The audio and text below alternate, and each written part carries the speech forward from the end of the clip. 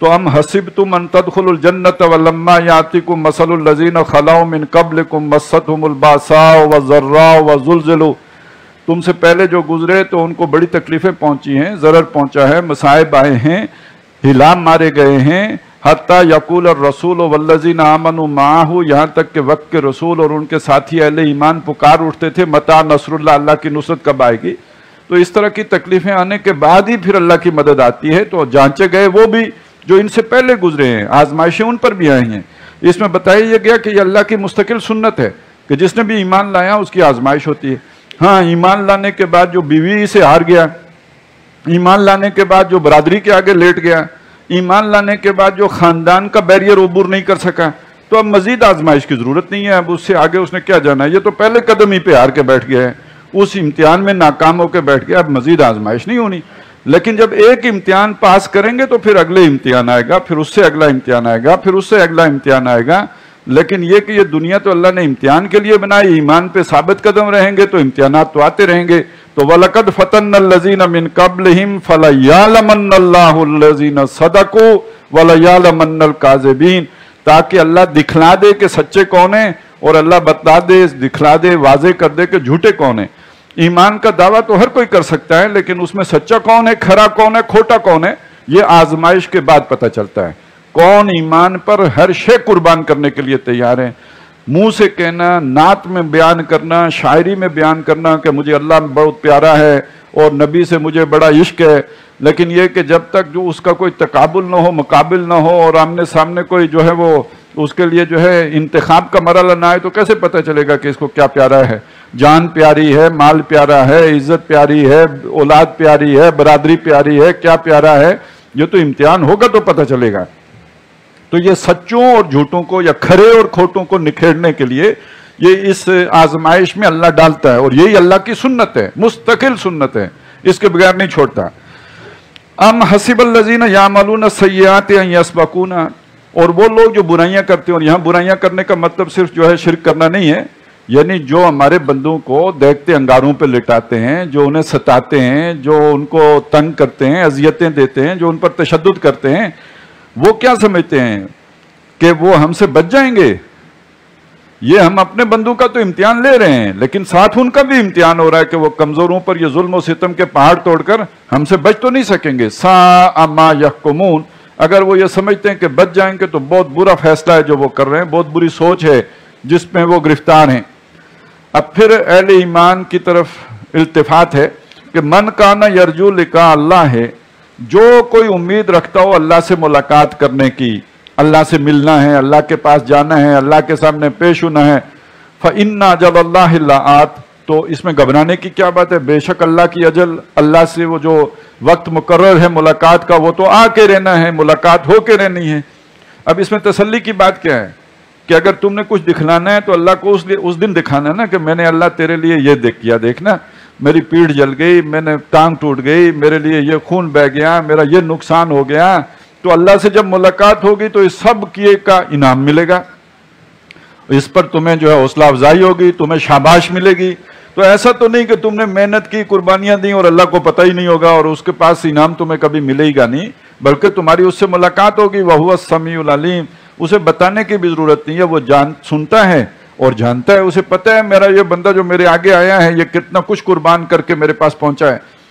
وَمَنْ جَاهَدَ فَإِنَّمَا يُجَاهِدُ لِنَفْسِهِ، باقی یہ قربانیاں دو گے اگر، اب یہ دیکھیے جہاد کا لفظ آ گیا، ابھی یہ جہاد قتال والا تو ہو ہی نہیں رہا تھا، ابھی جہاد تو مارے کھانے والا ہو رہا ہے اور صبر کرنے والا ہو رہا ہے اور ڈٹے رہنے والا ہو رہا ہے، ہر حال میں ڈٹے رہنا اور کلمہ پڑھنا اور اس پر مارے کھانا، یہ جہاد ہو رہا ہے۔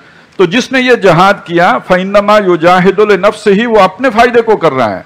یعنی اب یہاں پھر تسلی کرا دی، تربیت دے دی کہ یہ نہ سمجھو کہ اللہ پر احسان کیا ہے یا محمد رسول اللہ پہ احسان کیا، اس کے بغیر نجات ہی نہیں ہے، اس کے بغیر تمہارے جو ہے آخرت کی فلاح ہے ہی نہیں۔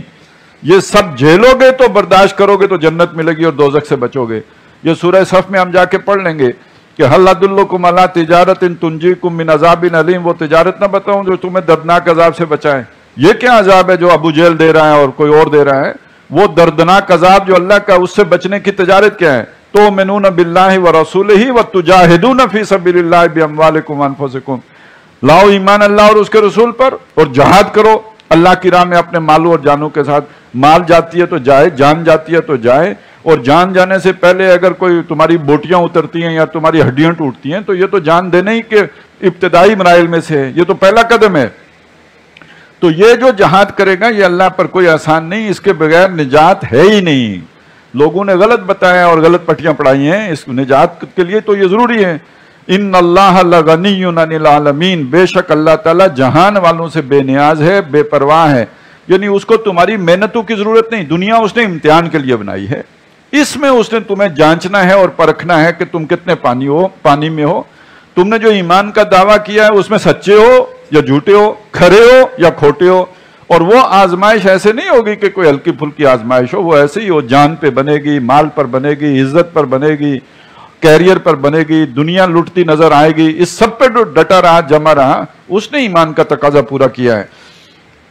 والذین آمنوا وعملوا الصالحات, اور وہ لوگ جو ایمان لائے جنہوں نے نیک اعمال کیے. اور یہاں نیک اعمال سے مراد یہی ہے نا, ابھی تو سن 4-5 میں زکوٰۃ بھی نہیں فرض ہوئی تھی, شراب بھی نہیں حرام ہوا تھا, سود بھی نہیں حرام ہوا تھا. نیک اعمال کیا ہیں؟ یہی جو ماریں کھانا ہے اور سچ کہنا ہے, یہی نیک اعمال تھے. تو والذین آمنوا وعملوا الصالحات لنکفرن عنہم سیئاتہم, ان کی برائیاں ہم لازماً ان سے جھاڑ دیں گے. جیسے آدمی کپڑوں کو گرد لگ جائے تو وہ جھاڑ دیتا ہے, اس طرح وہ برائیاں ہم ان سے دور کر دیں گے. وَلَنَجْزِيَنَّهُمْ أَحْسَنَ الَّذِي كَانُوا يَعْمَلُونَ, اور ان کو ہم لازماً بدلہ دیں گے بہتر سے بہتر ان کے کاموں کا. وَوَصَّيْنَا الْإِنسَانَ بِوَالِدَيْهِ حُسْنًا, ایک تشدد وہ ہے جو ان کمزور مفلوق الحال لوگوں پہ ہو رہا ہے, یہ جسمانی تشدد ہے. ایک نفسیاتی تشدد ہے جو آسودہ حال لوگوں پر ہو رہا ہے, جن کے ماں باپ ہیں. اب ماں باپ ویسے تو کتنا ایک پیارا رشتہ ہے اور محبت والا رشتہ ہے, لیکن یہ کہ ایک بیٹا اسلام لے آیا, نوجوان آدمی ہے, وہ اسلام لے آیا ہے, اور ظاہر ہے وہ سلیم الفطرت ہے تو اسلام لایا ہے. سلیم الفطرت ہے تو شکر گزار طبیعت رکھتا ہے, وہ ماں باپ کی حکم کی خلاف ورزی یا مرضی کے خلاف چل کر اطمینان محسوس نہیں کرتا. اب اس کے ماں باپ اس وجہ سے ناراض ہیں کہ تم نے توحید کا راستہ کیوں اختیار کر لیا شرک کا راستہ چھوڑ کر. تو اس کی بھی تو راتوں کی نیند حرام ہے نا, میرے ماں باپ مجھ سے خفا ہیں, ان کا دل دکھا ہوا ہے مجھ سے, وہ مجھ سے ناراض ہیں. تو یہ ایک کو انگاروں پہ لٹایا گیا ہے, دوسرا انگاروں پہ لوٹ رہا ہے, اسے رات چین نہیں آ رہا. لہذا اب اس کا ذکر آیا. وَوَصَّيْنَا الْإِنسَانَ, آپ نے سنا ہوگا یہ جو حضرت سعد بن ابی وقاص تھے, ان کی والدہ نے بھوک ہڑتال کر دی تھی کہ میں اس وقت تک ایک نوالا منہ میں نہیں ڈالوں گی جب تک میرا بیٹا واپس اپنے آبائی دین پر نہیں آتا ہے. تو بیٹے پہ کیا گزر رہی ہوگی. تو وہ لوگ وَوَصَّيْنَا الْإِنسَانَ بِوَالِدَيْهِ حُسْنًا, ہم نے انسان کو ماں باپ کے ساتھ اچھا سلوک کرنے کی وصیت کی ہے, یعنی اس کے دل میں ڈالا ہے, شکر گزاری کی روش اختیار کرنے کی وصیت ہم نے کی ہے. وَإِن جَاهَدَاكَ لِتُشْرِكَ بِمَا لَيْسَ لَكَ بِهِ عِلْمٌ, لیکن اگر یہ ماں باپ بھی تم سے جہاد کریں, کوشش کریں, محنت کریں اس بات کی کہ تم اللہ کے ساتھ اس کو شریک ٹھہراؤ جس کے لیے تمہارے پاس کوئی علم نہیں ہے, فَلَا تُطِعْهُمَا, تو اس بات میں ان کی اطاعت نہیں کرنی, ان کا کہا نہیں ماننا, ان کی مرضی پر نہیں چلنا. إِلَيَّ مَرْجِعُكُمْ, تم سب کے سب نے لوٹ کے میرے پاس آنا ہے. کیا ماں باپ, کیا تم, فَأُنَبِّئُكُمْ بِمَا كُنْتُمْ تَعْمَلُونَ, تو میں تمہیں بتا دوں گا جو تم کیا کرتے تھے, جو تمہارے اعمال تھے, جو تمہاری محنتیں تھیں. لیکن والذین آمنوا وعملوا الصالحات, جو لوگ ایمان لائے جنہوں نے نیک اعمال کیے, لندخلنہم فی الصالحین, ہم لازماً انہیں نیکوکاروں میں داخل کریں گے. پہلے یہ تھا کہ ان کے اعمال کا بہترین اجر دیں گے, اب یہ آیا کہ انہیں نیکوکاروں میں داخل کریں گے. سبب سمجھ لیجئے, پہلے وہ ان کا خون نکل رہا ہے, ان کی ہڈیاں ٹوٹ رہی ہیں, انہیں دیکھتے انگاروں پہ لٹایا جا رہا ہے, اس کا بدلہ دیں گے, جنت میں آرام دیں گے, آسائش دیں گے.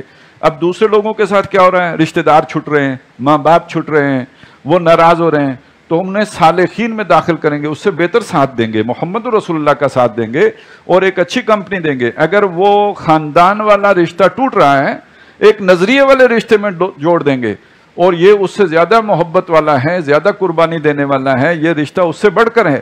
تو والذین آمنوا وعملوا الصالحات لندخلنہم فی الصالحین ومن الناس من یقول آمنا باللہ, لوگوں میں وہ بھی ہے جو دعویٰ کرتا ہے کہ ہم اللہ پر ایمان لائے. ایک وہ ہے جو اللہ پر ایمان لایا, یہ ساری قربانیاں دیتا ہے. ایک وہ ہے جو دعویٰ تو کرتا ہے کہ ہم ایمان لائے, لیکن فَإِذَا أُوذِيَ فِي اللَّهِ ہے, جب اللہ کی راہ میں اس پر آزمائش آتی ہے, اسے اذیت دی جاتی ہے, اسے ستایا جاتا ہے, اس کو جو ہے کوئی نقصان پہنچنے کا احتمال ہوتا ہے, جعل فتنۃ الناس کعذاب اللہ، لوگوں کے اس سزا کو، لوگوں کے اس ستانے کو، لوگوں کے اس ظلم کو یا جبر کو اللہ کے عذاب جیسا سمجھتا ہے۔ اب اللہ کا عذاب یعنی یہ کہ وہ یو ٹرن لے لیتا ہے اور ایمان پر مستحکم نہیں ہوتا ہے، تو اس کو زیادہ ڈر ہوتا ہے ان لوگوں کی سختی سے اور عذاب سے اور مصیبت سے، اور بھول جاتا ہے جو اللہ عذاب دے سکتا ہے اور اللہ سختی کر سکتا ہے اور اللہ مصیبت میں ڈال سکتا ہے، وہ اس وقت اس کی نگاہوں میں نہیں رہتی۔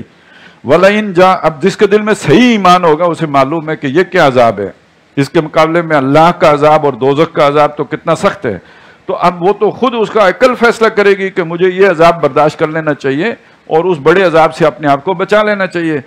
وَلَئِن جَاءَ نَصْرٌ مِّن رَبِّكَ، اور اگر آپ کے رب کی طرف سے نصرت آ جائے، مدد آ جائے، اسلام غالب ہو جائے، اسلام پاورفل ہو جائے، اسلام کے پاس طاقت آ جائے، حکومت مل جائے اسلام کو، لَيَقُولُنَّ إِنَّا كُنَّا مَعَكُمْ، یہ جو بگوڑے ہیں نا جو لوگوں کے ستانے پہ بھاگ جاتے ہیں، یہ سب سے پہلے بڑھ کے تقریر کریں گے کہ ہم آپ کے ساتھی ہیں اور ہم سے بڑا تو قربانی دینے والا کوئی نہیں تھا۔ باتونی تو یہ بہت ہوتے ہیں کہ جو چھوٹی چھوٹی باتوں پہ ڈر کے بھاگ جاتے ہیں دم دما کے، لیکن یہ کہ جب اگر فتح آ جائے، نصرت مل جائے، حکومت مل جائے، اقتدار مل جائے، کوئی ترقی ہو جائے، نشو نما ہو جائے، کام پھیل جائے، تو سب سے بڑی تقریر لمبی یہ کریں گے کہ اصل میں تو ہم ہیں خادم حسین بڑے، اور ہم نے سب سے بڑھ کر جو ہے خدمت کی ہے دین کی، اور ہم سے تو آگے کوئی تھا ہی نہیں، کیونکہ تقریر ان سے بہتر کوئی نہیں کرتا۔ اَوَلَيْسَ اللَّهُ بِعَالَمَ بِمَا فِي صُدُورِ الْعَالَمِينَ، تو کہ اللہ تعالیٰ نہیں جانتا کہ جہان والوں کے سینوں میں کیا کچھ ہے؟ یعنی یہ کس کو، اللہ کو دھوکہ دینے کی کوشش کر رہے ہیں۔ لوگوں کو تو دھوکہ دے سکتے ہیں، ان کے سامنے جھوٹ بول سکتے ہیں، لیکن اللہ سے تو کچھ نہیں چھپا سکتے۔ وَلَيَعْلَمَنَّ اللَّهُ الَّذِينَ آمَنُوا وَلَيَعْلَمَنَّ الْمُنَافِقِينَ، اس لیے اللہ جان کر رہے گا، یعنی دکھا دے گا سب کو۔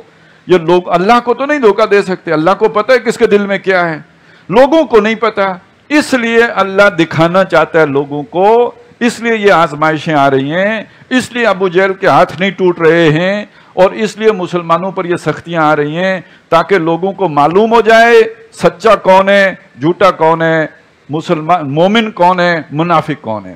اس کے بغیر پتہ نہیں لگتا، آزمائشیں نہ آئیں تو پتہ نہیں لگتا۔ آج اللہ کی مدد آ جائے، پوری دنیا میں اسلام آ جائے، آپ ذرا سوچیں نا، جنہوں نے پاکستان جیسے ملک کو لوٹ کے کھا لیا ہے وہ ساری دنیا لوٹیں گے۔ تو پہلے آزمائش آئے گی تاکہ وہ یو ٹرن لے کے ٹھکانے لگ چکے، اور جو ہر حال میں کھڑے رہیں، پھر ان کے ذریعے سے اللہ تعالیٰ اسلام کی مدد کرے نا۔ مدد تو آئے گی، لیکن پہلے چھانٹی ہونا بہت ضروری ہے، کھرے کھوٹے کی چھانٹی ہونا ضروری ہے۔ تو یہ آزمائش کی حکمت بیان کر دی۔ ایسا نہیں ہے کہ بلبلاتے بندے دیکھ کر اللہ کو خوشی ہوتی ہے، ایسا نہیں ہے کہ اپنے بندوں کو دکھ میں، تکلیف میں، مصیبت میں دیکھ کر اللہ تعالیٰ لذت لیتا ہے، نعوذ باللہ من ذالک، ایسا نہیں۔ اصل میں مقصود یہ ہے، ایک تو یہ کہ یہ اور پک جائیں، انہیں یہ جب ان مصیبتوں سے آدمی گزرتا ہے تو تب اس کو حکمت ملتی ہے۔ وَمَن يُؤْتَ الْحِكْمَةَ فَقَدْ أُوتِيَ خَيْرًا كَثِيرًا، اسے تو خیر کثیر حاصل ہو جاتا ہے نا، وہ جسے کہتے ہیں سرد گرم چشیدہ ہو جاتا ہے۔ لاڈلا جو لاڈلی اولاد ہے اور جو مصیبتوں سے گزری ہوئی اولاد ہے، دونوں میں کتنا فرق ہوتا ہے، ان کی صلاحیتوں میں فرق ہوتا ہے۔ اسی طرح اللہ تعالیٰ پکانا چاہتا ہے۔ ایک تو یہ مقصد ہے، تندی باد مخالف سے نہ گھبرا عقاب، یہ تو چلتی ہے تجھے اونچا اڑانے کے لیے، اور دوسرا یہ تاکہ کھوٹ علیحدہ ہو جائے، بھاگ جائے، وہ بالکل علیحدہ علیحدہ ہو جائیں، پھر اللہ کی مدد آتی ہے۔ تو یہ فوری مدد اس لیے نہیں آتی کہ پہلے کھرے اور کھوٹے کی چھانٹی ہو لے اور کھرے علیحدہ ہو چکے ہیں، پھر اللہ کی طرف سے مدد آئے۔ وَقَالَ الَّذِينَ كَفَرُوا لِلَّذِينَ آمَنُوا، ایک اور حربہ جو ان کے بزرگ اور چاچے اور مامے اور جو الڈرز ہیں وہ اختیار کرتے تھے اپنے نوجوانوں کے ساتھ، وہ جو کافر بڑے ہیں وہ کہتے ہیں ان ایمان والوں سے، نوجوان جو ایمان لے آئے ہیں، اتبعوا سبیلنا، تم ہمارے رستے پہ چلو، ہماری ملت پر چلو، ہمارا طریقہ نہ چھوڑو، ہماری جو بزرگوں کی روایات ہیں اسلاف کی ان پر ثابت قدم رہو، اور یہ نبی صلی اللہ علیہ وسلم جو بات کہہ رہے ہیں اس سے منہ موڑو پھرو۔ وَلْنَحْمِلْ خَطَايَاكُمْ، اگر کوئی آخرت ہوئی، اللہ کے سامنے پیشی ہوئی، ہم ہی غلطی پر ہوئے تو جو تمہارے گناہ ہیں ان کے بوجھ ہم اٹھا لیں گے۔ ہم دنیا میں تم پر کوئی سختی آنے دیتے ہیں، کوئی تمہیں گرم ہوا لگنے دیتے ہیں، تو آخرت میں کیسے ہم تم کو دوزخ میں جانے دیں گے؟ اللہ سے کہیں گے اگر ہماری کوئی 15,000 سال بنتی ہے تو 30,000 سال کر دے، ہماری اولاد کو معاف کر دے۔ وَلْنَحْمِلْ خَطَايَاكُمْ، ہم تمہاری خطائیں اٹھا لیں گے۔ وَمَا هُمْ بِحَامِلِينَ مِنْ خَطَايَاهُمْ مِنْ شَيْءٍ، حالانکہ وہ ان کے گناہوں میں سے کچھ بھی لینے والے نہیں ہوں گے۔ وہ تو آگے جا کے ہم پڑھیں گے کہ یوم یفر المرء من اخیہ و امہ و ابیہ و صاحبتہ و بنیہ، اس دن کوئی رشتہ دار کوئی کسی کے کام نہیں آئے گا. اور لا تزر وازرۃ وزر اخری، کوئی اٹھانے والی کسی دوسرے کا بوجھ نہیں اٹھائے گی. اس دن ہر ایک کو اپنی اپنی پڑی ہوگی، کسی کا کس کو ہوش ہوگا. تو یہ تو اللہ کا اصول ہی نہیں ہے، اس کے یہاں یہ ضابطہ ہی نہیں ہے کہ کوئی اور کسی کا بوجھ اٹھا لے. انہم لکاذبون، یہ جھوٹے ہیں. ویسے اس وقت ان کو ورگلانے کے لیے جھوٹ بول رہے ہیں، باقی یہ کہ ان کے جو ہے وہ دل اسی طرف اپنے شرک کی طرف جو ہے راغب ہیں. وَلَيَحْمِلُنَّ أَثْقَالَهُمْ وَأَثْقَالًا مَعَ أَثْقَالِهِمْ، ہاں یہ ہوگا، وہ لازماً اٹھائیں گے اپنے بوجھوں کو جو ان کے کرتوت ہیں، جو شرک کیا ہوا ہے، جو گناہ کمائے ہوئے ہیں، جو ظلم کیے ہوئے ہیں، وہ بوجھ بھی اٹھائیں گے. ان بوجھوں کے ساتھ کچھ اور بوجھ بھی ہیں. یہ جو ہمارے اہل ایمان بندوں کو ستا رہے ہیں، اس ستانے کا جو ظلم ہے یہ تو ایک گناہ ہے، لیکن اس کے بدلے میں ان کے گناہوں کا کفارہ بھی ان کو ادا کرنا پڑے گا. اگر ان سے کوئی غلطیاں ہوئی ہیں، اللہ تعالیٰ ان کے یہ گناہ بھی ان کے کھاتے میں ڈالے گا، تو یہ ان پر ڈبل گناہ ہو جائے گا. اور ایک وہ کہ یہ جو گمراہ کرنے کی کوشش کر رہے ہیں ورگلا کر، تو یہ گناہ بھی ان کے اوپر آئے گا. تو یہ اپنے بوجھوں کے ساتھ ان کے بوجھ بھی اٹھائیں گے. وَلَيُسْأَلُنَّ يَوْمَ الْقِيَامَةِ عَمَّا كَانُوا يَفْتَرُونَ، اور یہ لازماً پوچھے جائیں گے قیامت کے دن وہ جھوٹ جو یہ گڑتے تھے اور یہ جو باتیں بناتے تھے کہ ہم بوجھ اٹھا لیں گے، اس سب کا اور وہ شرک کا بھی ان سے حساب لیا جائے گا.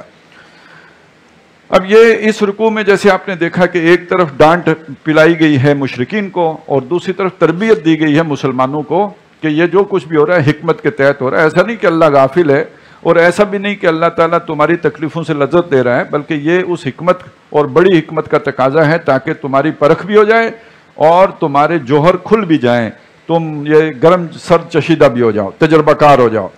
اب اس کے بعد مثال دیے، دیکھو اللہ کی مدد کا بات یہ. اللہ کا ایک بندہ تھا، اس نے 950 برس کام کیا ہے تو پھر مدد آئی ہے. تمہیں تو ابھی 5 سال ہوئے ہیں بھائی، یا 4 سال ہوئے ہیں یا 5 سال ہوئے ہیں، وہ 950 برس کے بعد مدد آئی ہے جو مدد تم ابھی مانگ رہے ہو. اور یہ واحد مقام ہے قرآن مجید کا جہاں پہ حضرت نوح علیہ السلام کی وہ وقت بھی بتایا گیا کہ اتنا عرصہ انہوں نے جو ہے وہ دعوت دی ہے. وَلَقَدْ أَرْسَلْنَا نُوحًا، ہم نے نوح کو بھیجا تھا، إِلَىٰ قَوْمِهِ، اس کی قوم کے پاس، فَلَبِثَ فِيهِمْ أَلْفَ سَنَةٍ إِلَّا 50 عَامًا، تو وہ اپنی قوم میں رہے ہیں 1000 سال، اس میں سے سوائے 50 سال کے، یعنی 950 برس حضرت نوح علیہ السلام نے اسی طرح سمجھایا، باتیں سنی، ماریں کھائیں اور ان کی اذیتیں برداشت کیں، لیکن اپنے کام پہ ڈٹے رہے، جمے رہے. فَأَخَذَهُمُ الطُّوفَانُ وَهُمْ ظَالِمُونَ، اس کے بعد اس قوم کو جبکہ وہ گنہگار تھی، طوفان نے اور جو بھی غرق کیے گئے ان کو طوفان نے آ لیا جبکہ وہ ظالم تھے. فَأَنْجَيْنَاهُ وَأَصْحَابَ السَّفِينَةِ وَجَعَلْنَاهَا آيَةً لِلْعَالَمِينَ، تو ہم نے نوح کو بھی نجات دی اور جو اس کشتی والے مسافر تھے سارے کے سارے جو ایمان لے آئے تھے ان کے ساتھ بیٹھے ہوئے تھے ان کو بھی بچا لیا، اور اس جہاز کو یا اس کشتی کو ہم نے جہان والوں کے لیے نشانی بنا دیا.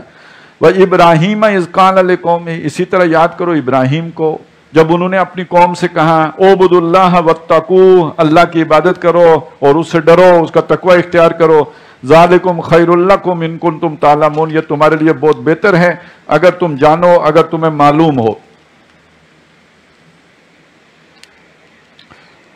انما تعبدون من دون اللہ اوثانا، اللہ کو چھوڑ کر جن کو تم پوجتے ہو، جن سے تم مدد مانگتے ہو، جن سے تم دعائیں کرتے ہو، جن کو تم جو ہے پوجا پاٹ کرتے ہو، یہ بت ہیں. وَتَخْلُقُونَ إِفْكًا، اور یہ تم جھوٹ بناتے ہو. یہ کوئی اللہ نے اس کے لیے کوئی سند نہیں اتاری ہے، بلکہ یہ کہ یہ تم نے خود ہی اپنے طور پر ایک ڈھونگ رچا لیا ہے. إِنَّ الَّذِينَ تَعْبُدُونَ مِن دُونِ اللَّهِ لَا يَمْلِكُونَ لَكُمْ رِزْقًا، جن کو تم پکارتے ہو یا پوجتے ہو اللہ کو چھوڑ کر، یہ تمہارے لیے رزق دینے کا کوئی اختیار نہیں رکھتے. یہ تم ویسے ہی سمجھتے ہو کہ یہ روٹی کپڑا مکان تمہیں یہ دے رہے ہیں، یہ تو سب اللہ دیتا ہے. فَابْتَغُوا عِندَ اللَّهِ الرِّزْقَ، تو اللہ کے پاس سے رزق تلاش کرو، اس سے مانگو اور برکت بھی اس سے مانگو. وَاعْبُدُوهُ، اور اسی کی بندگی کرو، اسی سے مانگو بھی، اسی کی عبادت بھی کرو. وَاشْكُرُوا لَهُ، اور اسی کے شکر گزار بنو، اس کی نعمتوں کی قدر کرو. إِلَيْهِ تُرْجَعُونَ، اسی کی جناب میں تم لوٹائے جاؤ گے. اب یہ اس سے آگے جو کلام چل رہا ہے بظاہر تو یہ لگتا ہے کہ ان کی حضرت ابراہیم سے خطاب ہے، لیکن معلوم یہ ہوتا ہے کہ یہاں سے لے کے آیت نمبر 23 تک جو ہے وہ نبی اکرم صلی اللہ علیہ وسلم سے خطاب ہے. وَإِن تُكَذِّبُوا فَقَدْ كَذَّبَ أُمَمٌ مِّن قَبْلِكُمْ، تو اے قریش، اے مشرکین، اگر تم جھٹلاؤ گے اس بات کو تو تم سے پہلے بہت سی امتیں جھٹلا چکی ہیں. وَمَا عَلَى الرَّسُولِ إِلَّا الْبَلَاغُ الْمُبِينُ، تو جو ہمارے رسول ہیں صلی اللہ علیہ وسلم، ان پر سوائے پہنچا دینے کے اور کوئی ذمہ داری نہیں ہے. اَوَلَمْ يَرَوْا كَيْفَ يُبْدِئُ اللَّهُ الْخَلْقَ ثُمَّ يُعِيدُهُ، کیا وہ نہیں دیکھتے کہ اللہ تعالیٰ کس طرح اپنی تخلیق کو، پیدائش کو شروع کرتا ہے اور پھر دہرائے گا. یعنی اس نے یہ سارا کچھ اس نے بنایا ہے، اس کے بعد اسے لپیٹے گا، ختم کرے گا اور پھر دہرائے گا، مطلب دوبارہ پیدا کرے گا، سرنو تخلیق کرے گا. ان ذالک علی اللہ یسیر، بے شک یہ اللہ پر بہت آسان ہے، یہ گراں نہیں ہے اللہ کے لیے.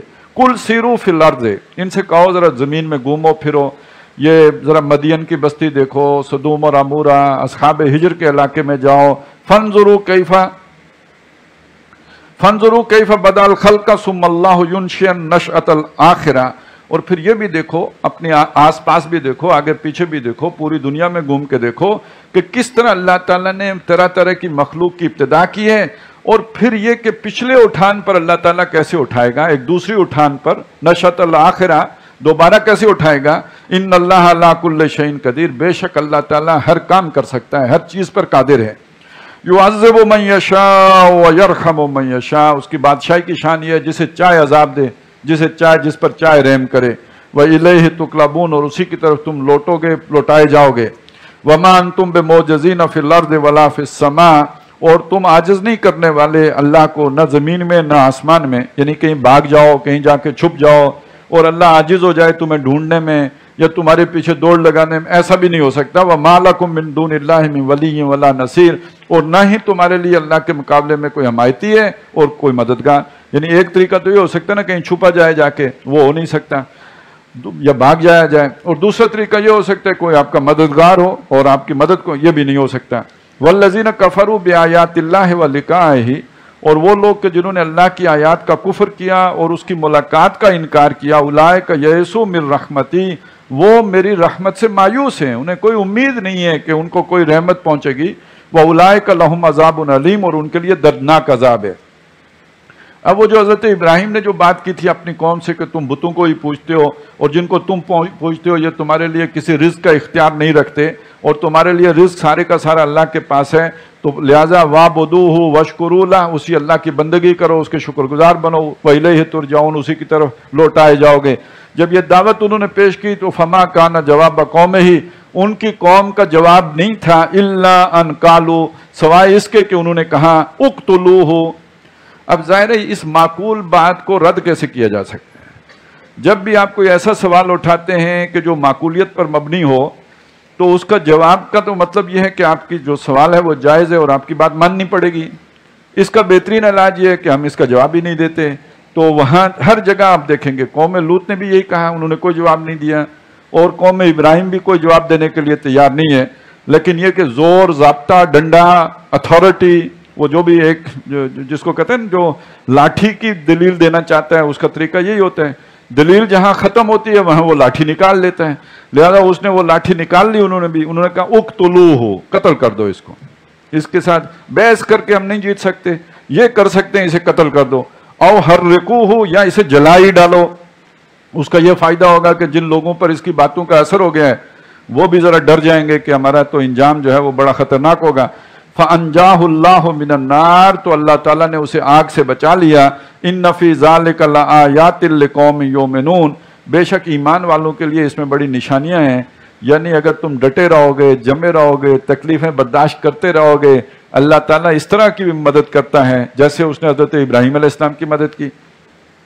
ایک طرف صبر بتایا، 950 برس کا صبر، دوسری طرف وہ معجزہ بتایا کہ اگر صبر کرتے رہو، ڈٹے رہو، جمے رہو، انحراف نہ کرو تو یہ کہ اللہ تعالیٰ آگ سے بھی زندہ نکالے گا. تو ہم بھی اللہ سے یہ والا جو ہے وہ ایمان تو رکھتے ہیں کہ اللہ آگ ٹھنڈی کر سکتا ہے، لیکن ہمارا اللہ سے تقاضا بس تھوڑا سا مختلف ہے. اے اللہ تو آگ ٹھنڈی کر کے ہم چھلانگ لگائیں. ابراہیم علیہ السلام نے چھلانگ لگائی، اللہ نے آگ ٹھنڈی کر دی. ہم کہتے ہیں اللہ آگ ٹھنڈی کر، تو پہلے آگ تو ٹھنڈی کرنا، پھر دیکھ ہم چھلانگ لگاتے ہیں کہ نہیں لگاتے. یہ رویہ وہ ہے جو بنی اسرائیل نے اختیار کیا تھا کہ اے موسیٰ تم جاؤ، رب کو بھی لے جاؤ، پہلے یہ جو دشمن بیٹھے ہوئے ہیں نا فلسطین میں ان کو نکال باہر کرو، یہ نکل جائیں پھر ہم آ جائیں گے. ہمیں یروشلم جانے میں کوئی اعتراض نہیں ہے، مگر وہاں بڑے جبار لوگ ہیں، ان سے ہم لڑنے کے لیے تیار نہیں ہیں، پہلے وہ نکل جائیں پھر ہم لڑنے کے لیے، پھر وہاں پہنچ کے اور فائدے اٹھانے کے لیے ہم حاضر ہیں۔ یہ ہماری روش ہے۔ اللہ کی سنت یہ ہے تم چھلانگ لگاؤ پھر میں تمہاری مدد کروں گا۔ ہم کہتے پہلے مدد کرنا ذرا انشورنس پکی، تو اس کے بعد پھر ہم یہ سارا کام کرنے کے لیے تیار ہیں۔ وَقَالَ إِنَّمَا اتَّخَذْتُم مِّن دُونِ اللَّهِ أَوْثَانًا، حضرت ابراہیم نے فرمایا جو تم نے اختیار کیے نا، یہ جو جن کو معبود بنا کے رکھا ہوا ہے یہ بت ہیں۔ اور اب یہاں ایک بہت ہی اہم بات ہے جو حضرت ابراہیم نے فرمائی ہے کہ یہ بت تم کیوں پوجتے ہو؟ ایک تو عوام ہوتی ہے نا، عوام کا مسئلہ یہ ہوتا ہے کہ وہ بتوں کی پوجا ان کے دلوں میں محبت ڈال دی جاتی ہے۔ عوام تو ویسے بھی وہ اپنے بت بدلتی بھی رہتی ہیں۔ یہ سارا ہمارے ہاں جو جمہوری نظام چلتا ہے یہ عوام کی کمزور سوچ کی بنیاد پر چلتا ہے۔ ابھی کتنی امیدیں لوگوں نے عمران خان صاحب سے لگا لی تھی، جب ہم چھوٹے تھے تو اس سے زیادہ امیدیں لوگوں نے بھٹو صاحب سے لگائی تھیں۔ ابھی میری زبان سے وہ نکلا تھا نا روٹی کپڑا مکان، تو انہوں نے کہا تھا کہ یہ ہم لوگوں کو جو ہے نا یہ ہماری ذمہ داری ہوگی کہ روٹی بھی دیں کپڑا بھی دیں مکان بھی دیں۔ دیوانے ہو گئے تھے لوگ۔ آخر پہلے ہی الیکشن میں بھٹو صاحب جیت گئے تھے، اور کیسے جیتے تھے تو وہ آپ اندازہ لگا سکتے ہیں۔ تو کیا ہوا تھا؟ یہ روٹی کپڑا مکان ہوا تھا۔ تو نہ روٹی ملی نہ کپڑا ملا نہ مکان ملا، البتہ کچھ پکی پکائی روٹیوں کے پلانٹ لگ گئے تھے، وہ بھی ان کی زندگی میں رہے، اس کے بعد ختم ہو گئے۔ یعنی وہ روٹی یوں ملے گی کہ یہ پکی پکائی روٹیوں کے پلانٹ یہاں کے خرید کے لے جاؤ، وہی۔ تو اسی طرح بعد میں لوگوں نے کہا جی ہمیں اسلام چاہیے، تو ضیاء الحق صاحب نے آ کے کہا کہ اگر آپ کو اسلام چاہیے، ریفرنڈم ہوا، آپ کو اگر اسلام چاہیے تو 5 سال کے لیے جنرل محمد ضیاء الحق صاحب صدر پاکستان ہوں گے۔ لوگوں نے کہا ہاں اسلام چاہیے، تو 5 سال کے لیے صدر پاکستان ہو گئے۔ اسلام پھر بھی نہیں آیا، وہ 5 سال چھوڑ 11 سال نکال کے وہ واپس چلے گئے۔ اب یہ ایک نیا نعرہ لگا کے آ گئے، تو لوگوں کو بھول جاتا ہے، جیسے وہ کہتے ہیں نا عورتوں کو نسیان کا مرض لاحق ہوتا ہے، تو عوام کو بھی ہوتا ہے، لہذا وہ تو بڑی آسانی سے الو بنا لیے جاتے ہیں۔ یہ جتنے بھی مذہبی ہوتے ہیں یہ آپ کو پتہ ہے نعرے لگانے والی تو عوام ہی ہوتی ہے۔ اب وہ جو جلوس بھی نکلتے ہیں اس میں بھی زور زور سے سینہ کوبی کرنے والے عوام ہوتی ہے، جو رہنما ہوتے ہیں وہ بس آہستہ آہستہ اس ہاتھ رکھتے ہیں سینے کے اوپر، ایک بس نشان پورا کرتے ہیں۔ تو اسی طرح سمجھ لیجئے کہ ایک تو بت ہے نا جن کو عوام بڑے ذوق سے شوق سے پیار سے پوج رہی ہوتی ہیں، لیکن جو رہنما ہیں وہ بتوں کو کیوں پوجتے ہیں؟ وہ بات ہے جو حضرت ابراہیم علیہ السلام نے یہاں، وہ تو حقیقت جانتے ہوتے ہیں، ہاتھ سے بنائے ہوتے ہیں، مورتیاں ہیں، ان میں رکھا کیا ہے انہیں خوب پتہ ہے۔ یہی تو حضرت ابراہیم نے ان کو دکھایا تھا جب سب توڑ دیے تھے، ایک بڑا چھوڑ دیا تھا کہ اس سے پوچھو، اور کہا ابراہیم تمہیں پتہ ہے یہ کہاں بولتے ہیں؟ تو وہ تو سب جانتے ہیں، تو وہ کیوں بتوں کو پوجا کر رہے ہوتے ہیں اور کروا رہے ہوتے ہیں؟ اس کی وجہ بتائی، مودت بینکم فی الحیات الدنیا، دنیا میں مودت رکھنے کے لیے، دنیا کی زندگی کے بھائی چارے کے لیے، دنیا کی زندگی کی محبت کے لیے یہ تم نے بت رکھے ہوئے ہیں۔ اب جب خدا ایک ہو جاتا ہے نا تو وہ آپ کو جوڑ بھی دیتا ہے۔ یہ جو وطن پرستی ہوتی ہے، دیکھیں نسل ہوتی ہے، تو نسل سے کیا ہوتا ہے؟ ایک محبت پیدا ہو جاتی ہے، اس محبت کی وجہ سے آپ ایک گروہ بن جاتے ہیں۔ جتنا آپ کا یہ گروہ مضبوط ہوگا، باہمی اتفاق ہوگا، اتنی آپ کی طاقت ہوگی۔ تو یہ آپ کو طاقت دینے والی شے نسل بن جاتی ہے، تو وہاں نسل کا بت بن جاتا ہے۔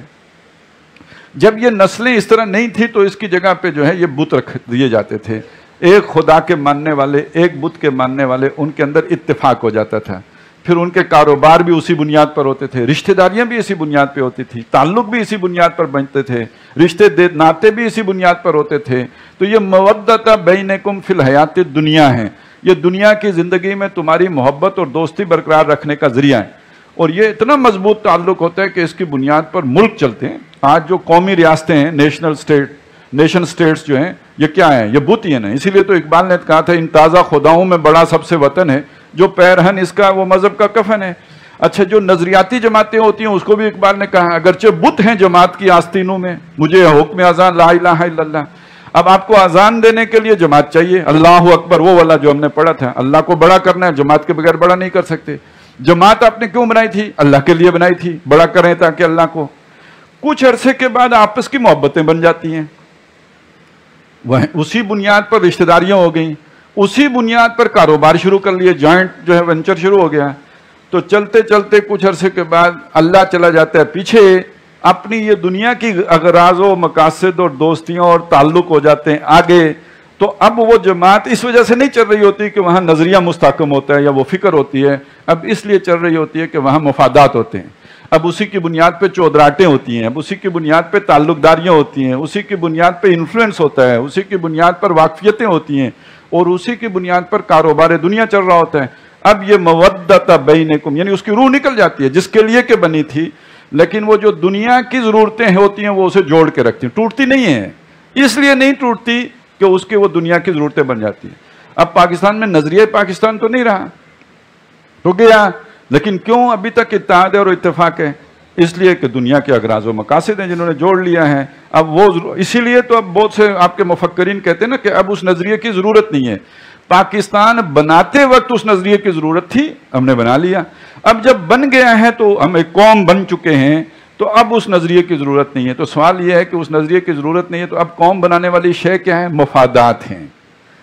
اب وہ مفادات ہیں کہ جنہوں نے ایک جوڑ کے رکھا ہوا ہے، مشترکہ مفادات کونسل ہے کہ جس کی وجہ سے آپ جڑے ہوئے ہیں۔ تو اسی طرح جماعتوں کے ساتھ بھی ہوتا ہے۔ تو یہ مودت بینکم فی الحیات الدنیا ہے، ثم یوم القیامہ، لیکن یہ جو تعلق ہوتا ہے قیامت کے دن اس کا کیا بنے گا؟ یکفر بعضکم ببعض، ایک دوسرے کا انکار کر دیں گے، کیونکہ دنیا کے مفاد کی بنیاد پہ جڑے ہوئے تھے، آخرت کا تو اس میں پیش نظر ہی نہیں تھا۔ وہاں ایک دوسرے پہ الزام لگائیں گے کہ یہ ساری جو پسپائی ہوئی تھی یہ اس کی وجہ سے ہوئی تھی، دوسرا کہے گا اللہ تیری طرف ہم تو آنا چاہتے، اس نے نہیں آنے دیا تھا، اور ذرا سا پریشر آئے تو یہ دنیا میں بھی یہ کام شروع ہو جاتے ہیں۔ وہ جن کا باغ اجڑ گیا تھا، ہم آگے جا کے سورہ نون میں پڑھیں گے، تو جب اجڑ گیا انہوں نے کہا یہ فلانے بھائی نے مشورہ دیا تھا کہ یہ ہم فصل کسی کو بھی نہیں دیں گے، سارا گھر لے کے آئیں گے، پھر الزام دوسروں پہ دھرنا شروع کر دیتے ہیں۔ وَمَأْوَاكُمُ النَّارُ، اور پھر وہاں ان کا تمہارا ٹھکانہ آگ ہوگا، وَمَا لَكُم مِّن نَاصِرِينَ، اور نہیں ہوں گے تمہارے لیے کوئی مددگار۔ فَآمَنَ لَهُ لوط، تو بہرحال حضرت ابراہیم علیہ السلام کی یہ بات سن کے وہ جو دنیا کا مفاد تھا اس کی رسی موٹی تھی، یہ نظریے کی محبت کی جو ہے طاقت اتنی نہیں تھی کہ لوگوں سے وہ رسی توڑوا سکتی۔ ایک حضرت لوط علیہ السلام نے وہ رسی توڑی، انہوں نے حضرت ابراہیم علیہ السلام کی بات مان لی۔ بزرگوں میں سے کسی نے نہیں مانی۔ لوگ کہتے ہیں جی بڑے کیوں نہیں مانتے؟ تو بڑوں کے مفادات بھی بڑے ہوتے ہیں، وہ ان جکڑ بندیوں میں زیادہ جکڑے ہوتے ہیں تب اس نظام میں بڑے ہوئے ہوتے نا، اگر نہ جکڑے ہوتے تو اتنے بڑے کیوں ہوتے؟ تو ایک یہ لوط تھے جو بتیجے تھے حضرت ابراہیم علیہ السلام کے، انہوں نے مان لیا، باقی کسی نے نہیں مانا۔ تو اگر کسی چیز کے حق یا باطل ہونے کا معیار یہ ہے کہ کتنے لوگوں نے مانا، تو پھر تو حضرت ابراہیم کی بات کو صرف ایک آدمی نے مانا تھا۔ فآمن لہ لوط، تو ان پر حضرت لوط ایمان لائے۔ وقال انی مہاجر الی ربی، حضرت ابراہیم نے فرمایا میں ہجرت کرتا ہوں، اب یہ بندھن توڑتا ہوں، یہ رسیاں اور یہ زنجیریں کھولتا ہوں۔ انہ هو العزیز الحکیم، بے شک وہی ہے زبردست اور حکمت والا۔ اب اس میں پیغام کیا ہے؟ وہ لوگ جن کو ماں باپ ستا رہے ہیں، بھوک ہڑتال کر کے بیٹھے ہیں، یا وہ لوگ کہ جنہیں ان کی برادری جو ہے وہ بائیکاٹ کرنے کی طرف جا رہی ہے، ان کے لیے پیغام یہ ہے کہ تم ہو در حقیقت ابراہیم کی سنت پر، تم ہو ابراہیم کے طریقے پر، اصل ابراہیم کا طریقہ تو تھا ہی یہی۔ انہ هو العزیز الحکیم، میں اپنے رب کی طرف ہجرت کرتا ہوں، یعنی یہ سارے بندھن توڑ کے اللہ کے ساتھ جڑتا ہوں، بے شک وہی زبردست بھی ہے اور حکمت والا بھی ہے۔ وَوَهَبْنَا لَهُ إِسْحَاقَ وَيَعْقُوبَ، تو ہم نے اسے عطا کی اسحاق بیٹا اور یعقوب پوتا۔ وَجَعَلْنَا فِي ذُرِّيَّتِهِ النُّبُوَّةَ، ہم نے اسے کیا انعام دیا؟ دنیا کے محلات اور حکومت تو نہیں، لیکن نبوت اس کی اولاد میں رکھ دی۔ ابراہیم کے بعد نبوت پر ان کی اولاد ہی میں سے کوئی فرد آئے گا، حضرت ابراہیم کی اولاد سے باہر کا کوئی آدمی نبی نہیں بنے گا۔ والکتاب، اور کتابیں دی، وآتیناہ اجرہ فی الدنیا، اور اس کی اجرت، اس کی مزدوری، اس کی محنت کا صلہ اسے دنیا میں بھی دیا۔ وانہ فی الآخرہ، اور بے شک آخرت میں لمن الصالحین، نیکوکاروں میں سے ہوگا۔ یہ جو ہم آج بھی درود پڑھتے ہیں اور وہ حضرت ابراہیم کے حوالے سے بات کرتے ہیں، تو یہ صلہ ہی ہے نا، یہ دنیا کا نتیجہ ہے جو ان کے حق میں نکلا ہے۔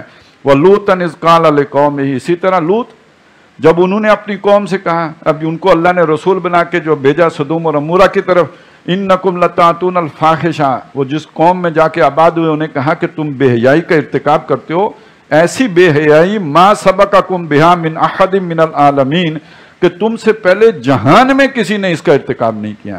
یہ تم نے کوئی نئی ہی جو ہے وہ ریت ڈالی ہے اور رسم نکالی ہے۔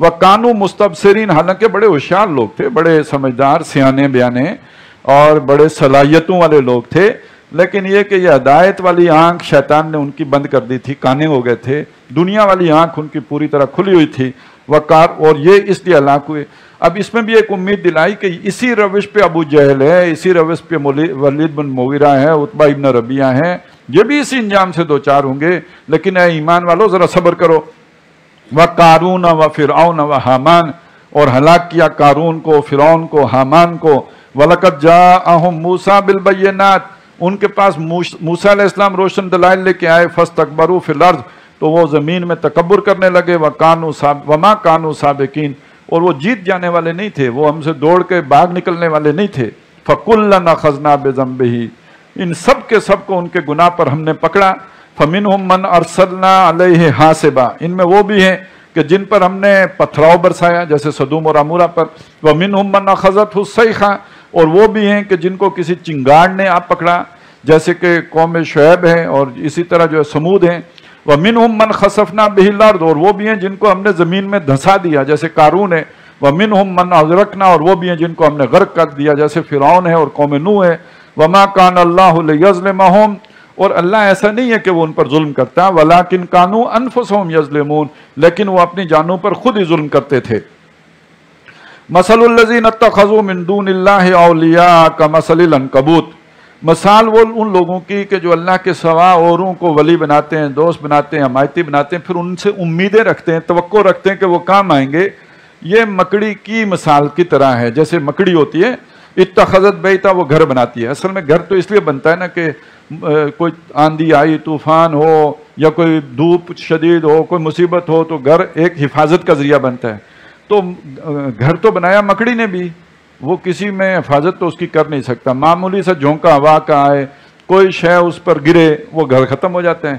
تو جتنا کمزور گھر مکڑی کا ہوتا ہے، اتنا ہی کمزور توقع کسی غیر اللہ سے رکھنا ہے۔ اللہ سے سوا کسی سے امید آپ نے رکھی تو وہ اتنی جو ہے حقیر توقع ہوتی ہے۔ ہماری تو خیر تاریخ اس پہ گواہ ہے، ہم نے 71 میں توقع امریکہ سے رکھی، 7واں بحری بیڑا آئے گا، وہ عنکبوت ثابت ہوا۔ توقع آپ نے کسی اور پہ لگائیں، آج بھی کسی پہ لگائیں، تو وہ مکڑی کے جالے سے زیادہ اس توقع کی اہمیت نہیں ہے۔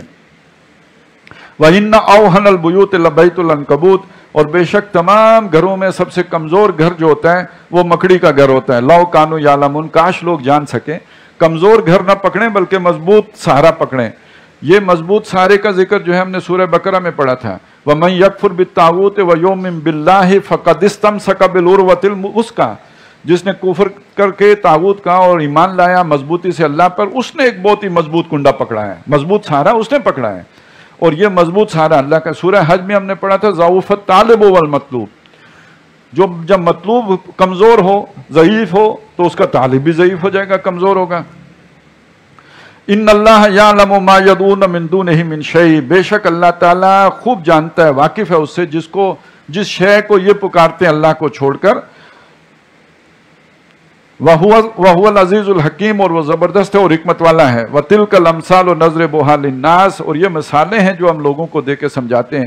اصل میں اس سے بھی ایک معنی کو لے سکتے ہیں نا، اللہ اور مکڑی کی مثالیں دے رہا ہے، تو بتائیے تمہیں سمجھانے کے لیے مثال دے رہے ہیں، اور تمہیں جس چیز سے بہتر سمجھ میں آ سکتی ہے، تمہارے تصور کے قریب ہے، وہی مثال دینی ہے۔ وَمَا يَعْقِلُهَا إِلَّا الْعَالِمُونَ، لیکن یہ کہ جو سمجھ والے ہیں وہی عقل سے کام لیں گے نا۔ خلق اللہ السماوات والارض بالحق، اللہ کی شان تو یہ ہے کہ اس نے آسمان اور زمین بنائے با مقصد اور حقیقی۔ ان فی ذلک لآیۃ للمؤمنین، بے شک اس میں نشانی ہے ان لوگوں کے لیے جو ایمان لائے۔ اب یہ اس سے آگے یہ خاص طور پہ جو 3 رکوع آ رہے ہیں، ان میں اہل ایمان کو رہنمائی دی گئی ہے کہ ان مشکل حالات میں تمہارے سہارے کیا ہیں، کہاں سے تمہیں مدد مل سکتی ہے، کیا چیز تمہارے دل کو سہارا دے گی، تقویت دے گی۔ پہلی بات، اتلو ما اوحی الیک من الکتاب، تلاوت کیجئے جو آپ کی طرف وحی کیا گیا ہے کتاب میں سے، یعنی قرآن مجید آپ کا سہارا بنے گا۔ اچھا، یہی بات سورہ کاف میں آئی تھی کہ جب وہ یہ جو سارے مشکل حالات ہیں جو اصحاب کاف کی صورت ہے، وَاتْلُ مَا أُوحِيَ إِلَيْكَ مِن کتاب ربک، اور لا مبدل لکلماتہ وَلَن تَجِدَ مِن دُونِهِ مُلْتَحَدًا، آپ کے لیے کوئی اور پناہ گاہ نہیں ہے سوائے قرآن مجید کے، اس سے ساتھ جڑ جاؤ۔ وَأَقِمِ الصَّلَاةَ، اور نماز قائم رکھو، اور نماز میں بھی تو سارا قرآن ہی پڑھا جاتا ہے، فاتحہ ہو، بعد میں قرات ہو۔ ان الصلاۃ تنہا عن الفحشاء والمنکر، بے شک نماز بے حیائی اور بری بات سے روکتی ہے۔ اللہ کی یاد تازہ ہو جاتی ہے، ایمان تر و تازہ ہو تو یہ برائی اور بے حیائی سے انسان باز رہتا ہے۔ وَلَا ذِكْرُ اللَّهِ اکبر، اور سب سے بڑی شے تو اللہ کا ذکر ہے، اور نماز ذکر کا سب سے بڑا ذریعہ ہے۔ اقیم الصلاۃ لذکری، میری یاد کے لیے نماز قائم کرو۔ وَاللَّهُ يَعْلَمُ مَا تَصْنَعُونَ، اور جو کچھ تم کرتے ہو اللہ تعالیٰ اسے جانتا ہے۔ وَلَا تُجَادِلُوا أَهْلَ الْكِتَابِ، یعنی ایک تمہارے لیے سارا یہ نماز بنے گی۔ اچھا یہی سورہ بقرہ میں آیا تھا، استعینوا بالصبر والصلاۃ، مدد حاصل کرو صبر اور نماز کے ذریعے سے۔ وَلَا تُجَادِلُوا أَهْلَ الْكِتَابِ إِلَّا بِالَّتِي هِيَ أَحْسَنُ، اور مجادلہ نہ کرو، بحث و تکرار نہ کرو اہل کتاب سے مگر اس طور پر کرو جو بہت بہترین ہو، یعنی ان کے ساتھ مجادلہ کرتے ہو سمجھانے کی کوشش کرو، ان کو اچھے طور پر سمجھاؤ اور ان کی کسی تلخی کا جواب تلخ انداز میں نہ دو۔ إِلَّا الَّذِينَ ظَلَمُوا مِنْهُمْ، لیکن ان میں سے جو ظالم ہوں ظاہر ہے ان کو پھر تھوڑا بہت سمجھانے کے لیے وہ چیز بھی کرنی پڑتی ہے، تھوڑا تلخ جواب بھی دینا پڑتا ہے۔ وَقُولُوا آمَنَّا بِالَّذِي، اور جو مشترک بات ہے اس کا ذکر کرو، ان کو دعوت دیتے ہوئے جو تمہارے اور ان کے درمیان مشترکہ نکات ہیں ان کو اجاگر کرو، اور کہو کہ ہم ایمان لائے اس ہستی پر، اس پر کہ جو انزل الینا، جو ہم پر نازل کیا گیا، یعنی قرآن مجید پر ایمان لائے، وانزل الیکم، اور اس پر بھی ہم ایمان لائے جو تم پر نازل کیا گیا، یعنی تورات ہو یا انجیل۔ وَإِلَٰهُنَا وَإِلَٰهُكُمْ وَاحِدٌ، اور ہمارا الہ حاکم اور معبود اور تمہارا الہ حاکم اور معبود ایک ہی ہیں، یعنی اللہ تعالیٰ۔ وَنَحْنُ لَهُ مُسْلِمُونَ، اور ہم اسی کے فرما بردار ہیں، اسی کے تابع حکم ہیں۔ وَكَذَلِكَ أَنزَلْنَا إِلَيْكَ الْكِتَابَ، اور اسی طرح آپ پر اے نبی یہ کتاب ہم نے اتاری ہے۔ فَالَّذِينَ آتَيْنَاهُمُ الْكِتَابَ يُؤْمِنُونَ بِهِ، تو جن کو ہم نے پہلے کتاب دی تورات اور انجیل، ان میں سے جو صادق الایمان ہے وہ اس پر بھی ایمان لاتے ہیں۔ وَمِنْ هَؤُلَاءِ مَن يُؤْمِنُ بِهِ، اور ان مشرکین میں بھی وہ ہے کہ جو اس پر ایمان لاتا ہے۔ وَمَا يَجْحَدُ بِآيَاتِنَا إِلَّا الْكَافِرُونَ، اور ہماری آیات کا انکار وہی کرتے ہیں جو کافر ہیں، ناشکرے ہیں، اللہ کے احکامات ہی نہیں اللہ کی نعمتوں کی قدر نہیں کرتے ہیں۔ وَمَا كُنْتَ تَتْلُو مِن قَبْلِهِ مِن كِتَابٍ، اے نبی آپ اس سے پہلے کوئی کتاب تو نہیں پڑھا کرتے تھے، حضور پڑھنا تو نہیں جانتے تھے کہ کوئی لکھا ہوا ہو وہ پڑھ لیں، آپ پڑھے ہوئے نہیں تھے۔ وَلَا تَخُطْهُ بِيَمِينِكَ، نہ ہی آپ کا دانا ہاتھ سے آپ لکھا کرتے تھے، یعنی جسے ہم کہتے ہیں لکھنا پڑھنا، تو حضور نہ لکھنا جانتے تھے نہ پڑھنا جانتے تھے۔ اذن، اگر ایسا ہوتا آپ لکھ سکتے ہوتے، آپ پڑھ سکتے ہوتے، اذن لارتاب المبطلون، تو پھر یہ باطل لوگ شک میں پڑتے، تو اس شک کی کوئی گنجائش بھی ہوتی، کوئی بات بھی ہوتی، اس کی بنیاد بھی ہوتی۔ بل ہوا آیات بینات، لیکن یہ قرآن مجید وہ روشن آیات ہیں، فی صدور الذین اوتوا العلم، جو تمام علم والوں کے تو سینوں میں ہیں۔ یہ قرآن جو ہے یہ لوگوں کے اپنے دلوں کے جذبات کی عکاسی ہے۔ ایک شریف النفس انسان اور سلیم العقل اور سلیم الفطرت انسان، اب اس کی سوچ جہاں تک پہنچتی ہے، قرآن مجید انہی مضامین کو تو بیان کر رہا ہے۔ دیکھنا تقریر کی لذت کہ جو اس نے کہا میں نے یہ جانا، گویا یہی میرے دل میں ہے۔ وَمَا يَجْحَدُ بِآيَاتِنَا إِلَّا الظَّالِمُونَ، اور ہماری آیات کا انکار نہیں کرتے مگر وہی لوگ جو بے انصاف ہیں، ظالم ہیں۔ وَقَالُوا لَوْلَا أُنزِلَ عَلَيْهِ آيَاتٌ مِّن رَّبِّهِ، انہوں نے کہا کہ ان پر ان کے رب کی طرف سے کوئی نشانی کیوں نہیں اتری، نشانیاں مطلب معجزے، کوئی گابن اونٹنی، کوئی عصائے موسیٰ، کوئی ید بیضا۔ کل فرما دیجئے انما الآیات عند اللہ، نشانیاں اللہ کے پاس ہیں، وانما انا نذیر مبین، میں کوئی تماشے دکھانے والا نہیں ہوں، میں تو واضح طور پر خبردار کرنے والا ہوں۔ اب تم آنکھ کھولتے ہو تو کھولو اور بند رکھتے ہو تو تمہاری مرضی۔ اولم یکفہم انا انزلنا علیک الکتاب یتلی علیہم، کیا یہ بات ان کے لیے کافی نہیں ہے کہ بے شک ہم نے آپ پر کتاب اتاری ہے جو آپ ان پر پڑھتے ہیں، انہیں سناتے ہیں، جو ان پر پڑھی جا رہی ہے۔ ان فی ذالک لرحمہ، بے شک اس میں رحمت ہے، وذکریٰ لقوم یؤمنون، اور اس میں یاد دہانی ہے ان لوگوں کے لیے کہ جو ایمان رکھتے ہیں۔ بارک اللہ لی ولکم فی القرآن العظیم ونفعنی وإیاکم بالآیات والذکر الحکیم۔